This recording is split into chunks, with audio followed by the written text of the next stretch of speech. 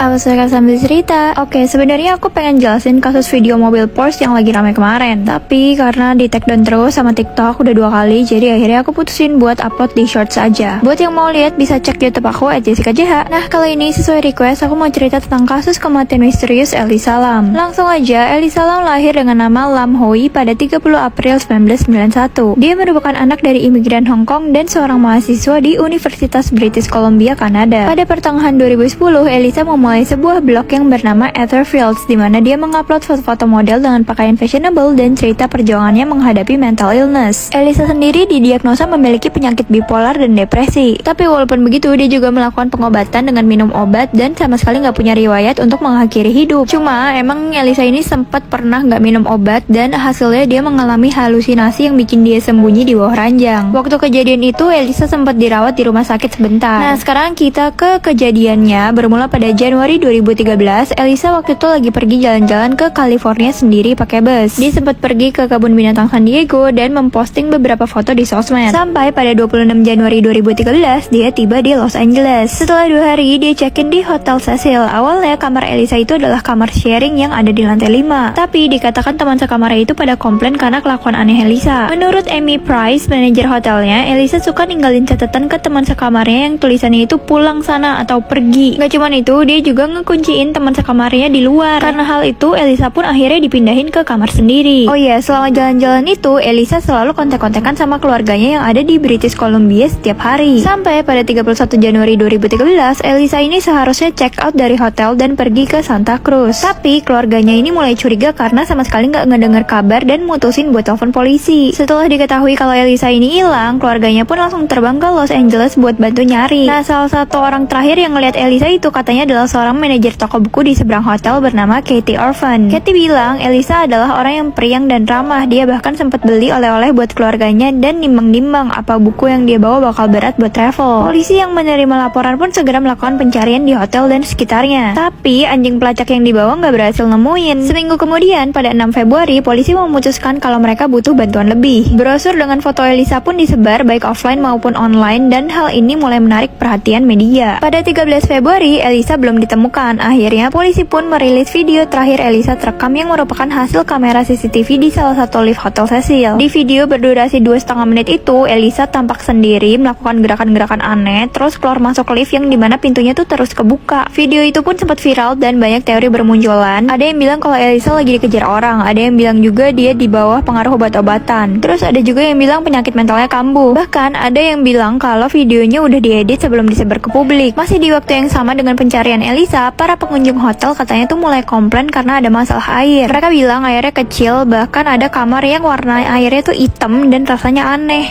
Akhirnya pada 19 Februari pagi, seorang pekerja hotel Santiago Lopez pergi ke tangki air buat ngecek dan disitulah dia menemukan tubuh Elisa di dalam salah satu dari 4 tangki air. Tangki air itu ada di atap hotel dan disalurkan buat kamar tamu, restoran beserta kafe. Bayangin dipakai buat mandi, minum, masak dan lain-lain, guys. Tubuh Elisa pun langsung dievakuasi dan setelah diotopsi dikatakan tidak ada yang aneh dengan tubuhnya selain membengkak karena terendam air. Gak ada tanda kekerasan, obat-obatannya sesuai dengan penyakitnya dan hanya sedikit alkohol sekitar 0,02%. Cuma emang katanya jumlah obat yang ada di tubuh Elisa itu lebih sedikit dari seharusnya, jadi kemungkinan dia itu stop minum obat. Pada 21 Februari, pihak kepolisian pun menyatakan kalau Elisa meninggal karena kecelakaan tenggelam dengan gangguan bipolar sebagai faktor utama. Kasusnya memang udah ditutup, tapi beberapa orang tuh masih curiga. Banyak hal yang gak dijelasin, terutama gimana cara dia ke rooftop karena aksesnya cuma buat staff dan gimana dia bisa masuk ke dalam tangki karena tangkinya tuh emang gede banget. Bahkan petugas aja harus pakai tangga. Oh iya, sejak kematiannya, blog Elisa ini sempat update juga padahal HP-nya nggak pernah ditemuin. Katanya sih bisa jadi itu update otomatis yang kayak dijadwalin atau mungkin ulah pencuri HP atau bahkan hacker. Oke deh, segitu dulu buat kasus kali ini. Kalau menurut kalian gimana, guys? Buat yang suka makeup misteri bisa cek TikTok series aku ya, dan jangan lupa follow TikTok dan IG aku @jessicajh. Next, cerita apa lagi?